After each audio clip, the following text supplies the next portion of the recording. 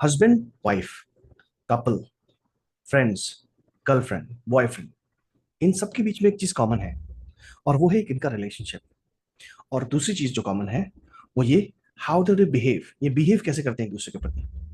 अब इस बिहेवियर का नतीजा ये होता है, या तो इनमें प्यार ज्यादा होगा या फिर प्यार कम होगा।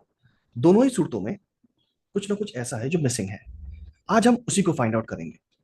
तो ये वीडियो डेडिकेटेड है कपल रिलेशनशिप्स के ऊपर में। रिसेंटली मैंने एक बुक को पढ़ा, उसको इम्प्लीमेंट किया अपनी लाइफ में, and I found the real essence of relationship healing. So आपकी लाइफ में अगर कुछ ऐसा है कि आप अपने हस्बैंड वाइफ या अपने पार्टनर के साथ अच्छा महसूस नहीं करते हैं और हर दिन ऐसा लगता है कि बोझ की तरह है, तो ये वीडियो आपके लिए है। ध्यान से इस वीडियो को एंड तक देखिएगा विदाउट स्किपिंग, क्योंकि बीच में कुछ ऐसी नॉलेज होगी जो कि स्किप हो जाएगी और आपको समझ नहीं आएगा। सो शुरू करते हैं। सबसे पहली चीज जो हमको समझनी है वो ये कि कपल्स के बीच में, यानी पार्टनर के, हमारे पार्टनर के साथ हमारे रिलेशनशिप में ये खराबी आती क्यों है। ऐसा क्या है जो कि हमें समझ नहीं आता है। तो इसके लिए सबसे पहली चीज आपको समझनी होगी वो ये, क्या आप जिस लैंग्वेज में सामने वाले को प्यार करते हैं, क्या आप जिस लैंग्वेज में सामने वाले को चाहते हैं, क्या सामने वाला भी उसी लैंग्वेज को चाहता है। चाहता हूँ, चलो मान लो आप एक देश में जाते हैं घूमने के लिए, वो अमेरिका है। वहां पे आपको एक शॉप है जो कि बहुत इंपॉर्टेंट है, वहीं से आपको सामान लेना है।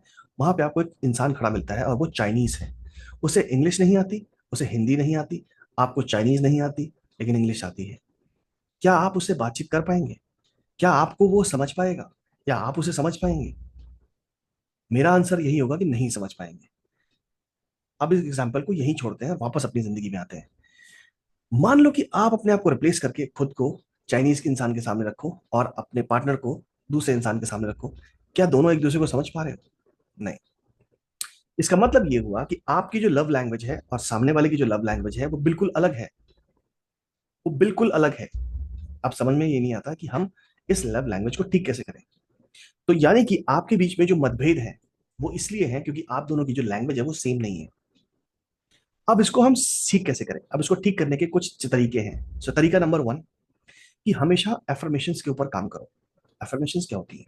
एफर्मेशंस मतलब कि आप अपने पार्टनर को इस बात का दिलासा दो और उसको ये जताओ कि उसकी अहमियत कितनी ज्यादा इंपॉर्टेंट है तुम्हारी लाइफ में। एग्जाम्पल के तौर पे, कि अगर आपके पार्टनर जो है वो नौकरी पे है, यानी अगर हस्बैंड वाइफ दोनों नौकरी पे है, और वाइफ अपने हस्बैंड को ये बोल सकती है कि ऑफिस जाने से पहले, ऑफिस से वापस आता है, जब भी आपको समय मिले, आप उनको हाथ अपने हाथ में लेके उनको आंखों में आंखें डाल के ये कह सकते हैं। ये मत कहिए कि मैं तुमसे बहुत प्यार करती हूँ, नहीं। प्यार कुछ नहीं होता है, क्योंकि प्यार कुछ देर के लिए होता है, बाकी टाइम आपकी वो एफर्मेशन है जो याद रहेंगी लोगों को। सो आप उनको ये कह सकते हैं कि कितनी इंपॉर्टेंस है आपकी लाइफ में। आप जो आज की तारीख में, हम लोग जैसे कि मैं अगर हूंगा तो मैं क्या बोलूंगा, मैं बताता हूँ एग्जाम्पल, अब उससे समझिए। कि मैं बोलूंगा कि देखो, तुम नौकरी करने के लिए जाती हो, इतनी मेहनत करती हो, और इस वजह से जो हमारे घर में पैसे आते हैं, तुम बहुत अच्छा कर रही हो, और इस वजह से हमारे रिश्ते और अच्छे से आगे बढ़ रहे हैं। हर छोटी चीज के लिए अप्रिशिएट करो। आप देखो कि आपके पार्टनर में वो ऐसी पांच कौन सी खूबी हैं। ज्यादातर आप लोग ये सोचो कि यार मेरे हस्बैंड में कोई खूबी नहीं है, क्योंकि दिन भर रील स्क्रॉल करते हुए हम यही देख रहे होते हैं कि हस्बैंड वाइफ के बारे में, वाइफ हस्बैंड के बारे में कैसे जोक्स बना रही हैं। और लोग, कपल ऐसे जोक बना रहे हैं और उनके वीडियोस बहुत अच्छे अच्छे लाइक्स पे, व्यूज पे जा रहे हैं। हम जैसे लोगों के व्यूज नहीं होते हैं, क्योंकि हम अच्छी बात करते हैं। उल्टी सीधी बातों के बहुत ज्यादा व्यूज होते हैं।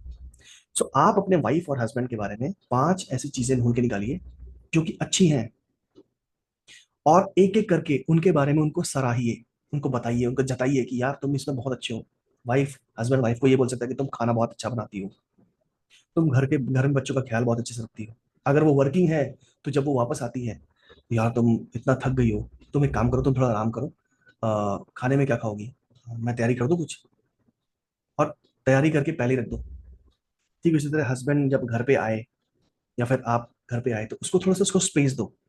जैसे ही वो घर पे आता है उसको थोड़ा सा स्पेस दे दो कि यार चलो ठीक है, पानी पी लो, चेंज कर लो, थोड़ा रिलैक्स हो जाओ, बहुत थक गए होगे, ट्रैफिक बहुत था मुझे पता है, थोड़ा थक गए होगे, आराम करो, चिल करो, थोड़ा सा रिलैक्स कर लो।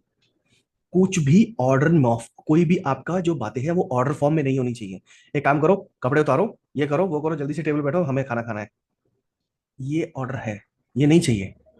हमें एफर्मेशन चाहिए, वो सब बातें बताइए जो बातें बताने में जो उसको लगे कि हाँ यार कोई तो है जो ख्याल रखता है, कोई तो है जो मेरा अपना है, राइट। तो this goes for same for everyone, like husband wife दोनों के लिए आपको एक दूसरे को एफर्मेशन देनी है। दूसरी चीज, अगर आपकी वाइफ में कोई फ्लॉ है और आपके हस्बैंड में कोई फ्लॉ है, नेवर हाईलाइट दैट फ्लॉ, क्योंकि ये फ्लॉ उसको पता है ऑलरेडी। हस्बैंड टॉवल छोड़ देता है, कोई बात नहीं, छोड़ देने दो। लेकिन आप बोलोगे यार फिर तो वो तो हमेशा खराब रहेगा, नहीं ऐसा नहीं है। आपको अपने हस्बैंड के बारे में, मैंने कहा था 5 बातें, वो अच्छी बातें आप वो जताओ उनको, कि आप ये बहुत अच्छा करते हो, वो बहुत अच्छा करते हो, वो बहुत अच्छा करते हो, वो बहुत अच्छा करते हो, दैट्स इट। उसके बाद जब नेगेटिव की बारी आए मत बोलो। You will realize that whenever he is thinking about himself, यार मैं 5 चीजें अच्छी कर रहा हूँ, बट ये चीज में हमेशा मुझे बोला जाता था बट बोलना बंद कर दिया गया है, एक काम करता हूँ यार ये मैं गलत कर रहा हूँ। सेल्फ रियलाइजेशन होगी वहां पे। Same goes for wife. 5 ऐसी बातें ढूंढिए जो कि आपकी वाइफ में अच्छी हैं, और उन्हीं के बारे में हर बार नई नई बातें ढूंढ के निकालो। नेगेटिव के बारे में बात ही नहीं करनी है, बिल्कुल नहीं करनी है। आप ये बात करना शुरू करो, and do it and make it a practice. नाटक नहीं करना है यहाँ पे कि 5 दिन करा उसके बाद देखा कोई चेंज नहीं आ रहा, वापस से आ गए उसी में ना, फिर तो काम नहीं करने वाला, भूल जाओ। मेक इट अ हैबिट, इसको हैबिट बना लो अपनी, राइट। ये थी पहली इस टेक्निक। अब आते हैं दूसरी टेक्निक पे। आपका हस्बैंड के साथ रिलेशनशिप बहुत खराब है, अजीब इतना खराब है कि भाई एक दूसरे की बनती नहीं है, और हस्बैंड वाइफ दोनों अलग अलग रह रहे हैं, या कुछ भी हो सकता है, ये कपल हैं आपस में, लड़की लड़का दोनों के बीच में लड़ाइयाँ हो गई हैं, एक दूसरे का नंबर ब्लॉक कर दिया गया है। मेरे पास तो ऐसे ऐसे क्लाइंट हैं जिनका नंबर एक दूसरे का, हस्बैंड वाइफ ने एक दूसरे का नंबर ब्लॉक करके रखा हुआ है, ना एक दूसरे से बात करते नहीं करते हैं। 1 महीना वाइफ ने काम करा अपने सेल्फ रियलाइजेशन के ऊपर, और 1 महीने के अंदर नहीं, 15 दिन के भीतर बंदे ने अब उस बंदी का नंबर ब्लॉक करके उसको फोन करके बात करने की कोशिश करी, और आज वो दूसरी बच्चे की प्लानिंग कर रहे हैं, कहाँ वो तलाक ले रहे थे। वैसे बहुत सारे किस्से हैं मेरे पास, बहुत सारे लोग हैं जो आए थे मेरे पास। सो ऐसे ही मैं एक किस्से के बारे में बताना चाहूंगा एग्जाम्पल के तौर पे, और आपको समझाना भी चाहूंगा। तो एक मेरे पास एक कपल तो नहीं बोलूंगा, मेरे पास एक मैडम आई थी, उन्होंने मेरा इंस्टाग्राम में वीडियो देखा, वो मेरे पास आई, और वो काफी बहुत ज्यादा दुखी थी। तो उनके साथ हमने काम किया उनके ऊपर, and it took us like how much, I think 4 हफ्ते लगे थे हमको, 4 हफ्ते लगे। 4 हफ्ते के बाद मैंने उनको बोला था कि आप अपने हस्बैंड को, आप अपने दिल में एक जगह दो। और वो स्टार्टिंग में, वो पहले हफ्ते की स्टार्टिंग में वो दिल में जगह देने नहीं चाहती थी, बट 2 हफ्तों के बाद उन्होंने अपने दिल में, लिटरली अपने दिल में, वर्चुअली अपने हस्बैंड को प्लेस कराया। और उसके बाद जो 360 डिग्री के चेंजेस आया उनकी लाइफ में, आप यकीन नहीं मानेंगे। उनकी उस छोटे से सेल्फ रियलाइजेशन, सेल्फ हीलिंग और फॉरगिवनेस, इन 3 चीजों की वजह से जब उन्होंने करना सीखा उसे, तो उनके हस्बैंड में ड्रास्टिकली चेंज आया। वो चेंज ऐसा आया कि जिस हस्बैंड ने अपने घर से उनको निकाल दिया था कि जाओ अपने मायके जाके रहो, मत आना यहाँ पे क्योंकि तुम्हारी मेरी मम्मी से बनती नहीं है, तो भूल जाओ इस बात को, उन्होंने अपने घर बुलाया, दोनों रहना शुरू किए। और रहना शुरू, और उनकी सासू जी से भी बहुत अच्छे संबंध बन गए, and now they have planned for another baby. पहला बच्चा उनका 7 साल का था, अब now they have planned another baby. अब वो मेरे ख्याल से 8वें महीने में है, and they are living a happy life. तो इतनी ताकत है। अच्छा ये क्या चीज है जो मैं जिसके बारे में बात कर रहा हूँ? तो ये ताकत ये है कि अगर आपका अपने हस्बैंड के बीच में, या हस्बैंड का वाइफ यानी पार्टनर्स के बीच में कुछ ऐसा झगड़ा हो जाता है जिससे कि आपके बीच में दूरी इतनी ज्यादा बढ़ चुकी है कि बॉस अब तो कुछ भी नहीं हो सकता, तो ऐसी सिचुएशन में हमको 3 चीजें, सॉरी 3 नहीं, 4 चीजें काम आती हैं। एक, self realization and acceptance of the situation. Second, forgiveness. Third, seeking forgiveness. Fourth, loving the person unconditionally. ये 4 चीजें अगर आप करनी सीख जाएंगे, तो आपकी लाइफ में वो सब चेंजेस आने शुरू हो जाएंगे जो कि आपने एक्सपेक्ट भी नहीं किए थे। सो ऐसे सिचुएशन में हम करेंगे क्या? ऐसे सिचुएशन में हम सबसे पहले एक मेडिटेशन में जाएंगे। ये मेडिटेशन एक दिन की नहीं है, ये मेडिटेशन आपको रोज करनी है, जब तक कि चेंजेस आपको दिखना शुरू नहीं हो जाते। चेंजेस आपको कहाँ दिखना शुरू होंगे? सामने वाले के अंदर नहीं, अपने अंदर पहले। लोगों को लगता है कि ये पैरासिटामॉल है कि मैंने खाई और बुखार ठीक हो गया, नहीं। सबसे पहला चेंज आएगा आपके मन में। कैसे आएगा? कि सबसे पहली चीज आपको करनी है कि you have to accept the whole situation, कि मैं इस सिचुएशन की 100% रिस्पॉन्सिबिलिटी लेती हूं या लेता हूं कि मेरी ही वजह से ये प्रॉब्लम हुई है। अब आप बोलोगे यार मेरी वजह से तो नहीं हुई थी, लेकिन अगर आप इक्वेशन में अगर आप नहीं होते तो ये प्रॉब्लम होती ही नहीं। 1 + 1 = 2। अगर वन के पास +1 नहीं होता तो वो 2 नहीं बन सकता था। Simple math, right? सो आपको ये बात समझनी होगी, if it was you because of which it happens. आप बोलोगे मेरा पार्टनर ये क्यों ना करे, भाई किसको चाहिए रिलेशनशिप अच्छा? आपको चाहिए, आपको पार्टनर को चाहिए।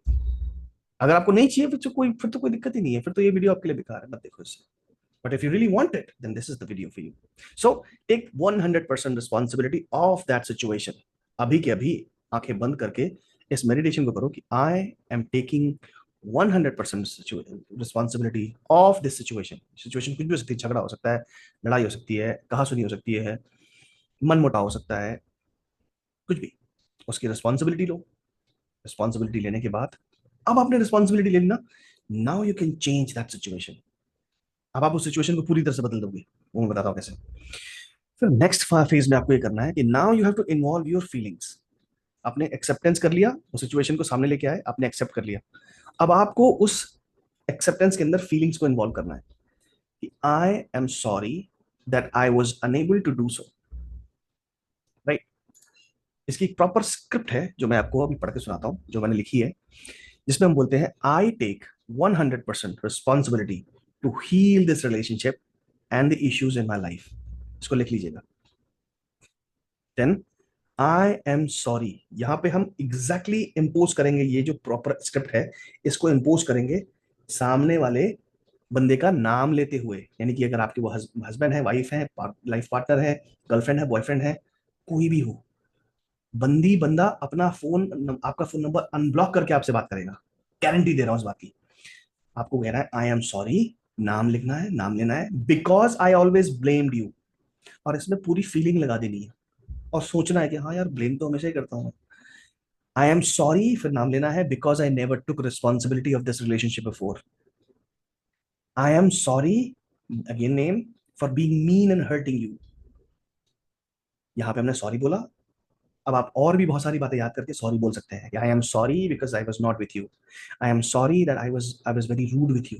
आई am sorry Priyanka that I always laughed at you. I am sorry I always made fun at you. फिर एज्यूम करो कि सामने वाला माफ कर रहा है। Please forgive me Priyanka for not understanding your feelings. Please forgive me Priyanka for not being with you when you needed me the most. Please forgive me Priyanka for not taking care of you and your needs. Please forgive me Priyanka for always making fun of you. Please forgive me Priyanka for not taking actions when it was required to take actions. Please forgive me Priyanka for not being honest with you. हर चीज के बारे में सोचिए कि आपने क्या नहीं किया, और वो वहां पे बोलो with all the feelings involve. फिर यहाँ पे हम अगले स्टेज पे आएंगे जिसमें हम बोलेंगे thank you Priyanka for accepting all my mistakes and imperfections. यानी कि अब तक आपने जो जो बोला, आपने जो जो कन्फेस किया, अब आप एज्यूम कर लो कि सामने वाला जो वर्चुअल आपका माइंड में के अंदर, अब ये सब चीजें आपको माइंड में आंखें बंद करके एक मेडिटेशन मोड में आके आपको मन में अपने आप बोलनी है। हो सके तो आप इसको, अगर आप इसको बोल के बोलोगे ना तो इसका इफेक्ट 2x होगा। मन में बोलोगे इफेक्ट ठीक है होगा, बट बोल के बोलोगे तो इफेक्ट 2x होगा। लाउड वॉइस में बोलोगे तो इफेक्ट 10x हो जाएगा। करके देखना। फिर बोलेंगे thank you Priyanka for accepting all my mistakes and imperfections. Thank you Priyanka for taking care of me and my family.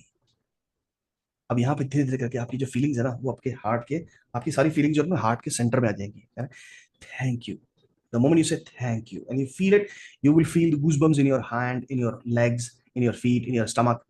यहाँ पे आपको महसूस होगा thank you Priyanka for always being there for me.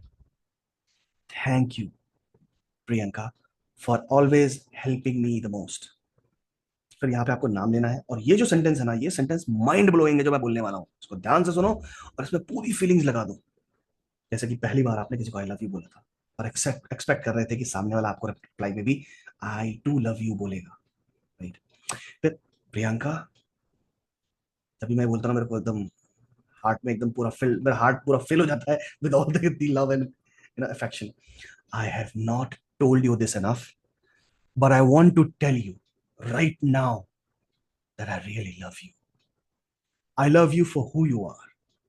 I love you for always being there for me. Today, I let go all the things that I have been holding on against you. I let go, I let go, I let go. And then, I am sorry. Please forgive me. Thank you. I love you. I am sorry. Please forgive me. Thank you. I love you. ये आई am sorry please forgive me thank you I love you आपको 55 times तक बोलना है। जब आप ये बोल लेंगे तो आप वापस से अपने वर्चुअल एनवायरनमेंट में वापस आएंगे मेडिटेशन वाले में, और आप सामने वाले जो पर्सन जो आपके सामने हैं उनको भेज देंगे जाइए, and then your prayer is over, you are done for the day. अब यहाँ पे आपको ये करना है कि शांति से चुपचाप से या तो सो जाइए अगर आप ये रात में कर रहे हैं, और अगर आप ये सुबह सुबह अर्ली मॉर्निंग कर रहे हैं तो पूरे दिन अपने मन में उनसे लड़िए मत।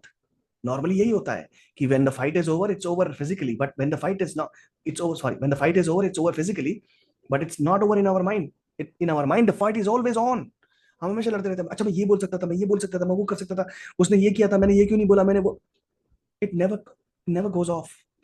उस टाइम पे, जिस टाइम पे माइंड में फाइट चल रही है, तो वहीं पे हमको अपने माइंड में वो जो फाइट चल रही होती है ना, उसके लिए हमको पॉजिटिव वाइब्स भेजनी है।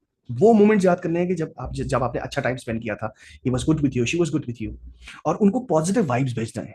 पॉजिटिव वाइब्स यानी कि सामने से अगर आग आ रही है तो पानी भेजो, आग बुझ जाएगी। सामने से आग आ रही है, आप आग भेज रहे हो तो आग भड़केगी ना। सोचो उस बारे में। तो जितना भी आग वहां से कोई वो कुछ भी सोचे, कुछ भी करे, भूल जाओ उस बात को। आप लव वाइब्रेशंस भेजो, लव वाइब्रेशन। जब भी उनकी याद आए कि यार वो मुझे कैसे हग करते थे, यार मेरी वाइफ कैसे मुझे किस करती थी, कैसे मेरे लिए खाना बनाती थी, और कैसे मेरा ख्याल रखती थी, ये जब आप ये सब लव वाइब्रेशंस भेजेंगे ना, तो टेलीपैथी यानी कि गूगल में सर्च कर लेना टेलीपैथी क्या होता है, मैं समझाना नहीं चाहता। Telepathy is essentially science. जब आप मन के द्वारा ये सब सोचेंगे तो आप वाइब्रेशंस जो है ना यूनिवर्स को भेजेंगे, यूनिवर्स के थ्रू उनके उनके माइंड में वाइब्रेशंस जाएंगी, और वो भी आपके बारे में अच्छा सोचेंगे। Trust me, this is the reality. वो भी आपके बारे में अच्छा सोचेंगे। The moment you both will bring your consciousness around love, आप भी लव वाइब्रेशन भेज रहे हो, आप भी, वो भी लव वाइब्रेशन भेज रहे हैं, वो भी अच्छा सोच रहे हैं, आप भी अच्छा सोच रहे हो। एक मोमेंट ऐसा आएगा कि भैया इतना ज्यादा इकट्ठा हो जाएगा ना कि अगर दोनों ने फोन, अगर फोन नंबर ब्लॉक है दोनों का, तो वो बंदा बोलेगा यार मैं क्यों ना उससे बात करूं एक बार, देखता हूं ना क्या कर रही है, या देखती हूँ ना क्या कर रहा है वो। और वो अनब्लॉक करके आपको मैसेज करेगा, या वो अनब्लॉक करके मैसेज करेंगे, और ऑटोमेटिकली बातचीत वापस से शुरू होगी। गारंटी दे रहा हूं। ये फॉर्मूला बिना किसी सोच के, कीमत सोचो कि कैसे काम करेगा क्या नहीं काम करेगा, जैसा मैं बता रहा हूं वैसे फॉलो करो। 21 डेज, 21 डेज खैर आपके लिए बहुत मुश्किल हो जाएगा करना। 10 दिन कर लो यार, मैं कह रहा हूं 5 दिन कर लो, चलो ठीक है 5 दिन, 5 दिन तो कर ही सकते हो। और अगर नहीं कर सकते ना खुद के साथ, तो मेरे को नीचे एक लिंक है कैलेंडली का, उसमें मुझे एक मीटिंग बुक करो मेरे साथ। 5 दिन मेरे साथ बैठ के कर लो, फ्री में, मैं पैसे नहीं ले रहा आपसे। मैं कह रहा हूं अपना रिलेशनशिप सुधार लो भाई बहन, अपना रिलेशनशिप सुधार लो, शादी बचा लो अपनी। कोई सा रिलेशनशिप हो, मैं कह रहा हूँ शादी नहीं बचानी। अगर आपको लगता है कि आपका रिलेशनशिप आपकी सासू माँ से खराब है, ठीक करना चाहते हो, सबसे पहले ठीक करना चाहते हो नहीं चाहते हो ये बात सोच लो, क्योंकि ठीक करना नहीं चाहते तो फिर कोई बात है, फायदा नहीं है मेरे से बात करने का। अगर ठीक करना चाहते हो कांटेक्ट करो, मैं कराऊंगा यार। नहीं तो ये तो कर ही रहे हो, ये तो वीडियो आपके लिए बनाया है मैंने, वीडियो बना दिया है, इसको फॉलो करो 5 दिन तक। 5 दिन में आपको ऐसे चेंजेस आएंगे, आप यकीन नहीं मान सकते। प्लीज इसको ढंग से फॉलो करो। तो ये मैंने आपको टेक्निक जो बताई है ना, इनको ढंग से फॉलो करने पे आपको आपका मन चाहा रिश्ता वापस मिल जाएगा। सो ये वीडियो बस यहीं तक था। अंत में सिर्फ इतना कहना चाहूंगा कि आप लोगों ने अगर मेरा चैनल सब्सक्राइब नहीं किया है और आपको मेरे वीडियोस अच्छे लगते हैं, तो प्लीज मेरे चैनल को सब्सक्राइब करिए, और मुझे ये बताइए कि मैं गलती कहाँ कर रहा हूँ। कोई भी बात शायद आपको अच्छी ना लगी हो, या कोई बात आपको बहुत अच्छी लगी हो, तो आप एक लाइक दे दीजिए, और नीचे कमेंट सेक्शन में मुझे बताइए। आपके सवाल और आपके सुझाव ये मुझे बहुत अच्छे लगेंगे। इसी के साथ वीडियो को एंड करते हैं, मिलते हैं नेक्स्ट वीडियो में। नमस्कार।